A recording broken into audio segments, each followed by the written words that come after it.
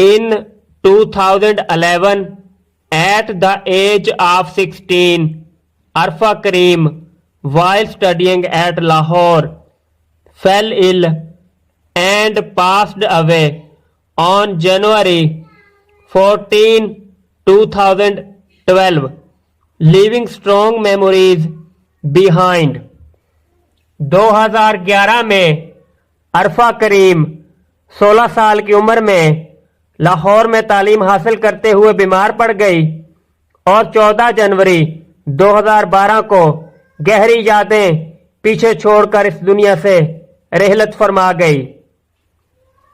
She had given a strong message to students of Pakistan that they must follow her footsteps to achieve success in their lives without wasting any time.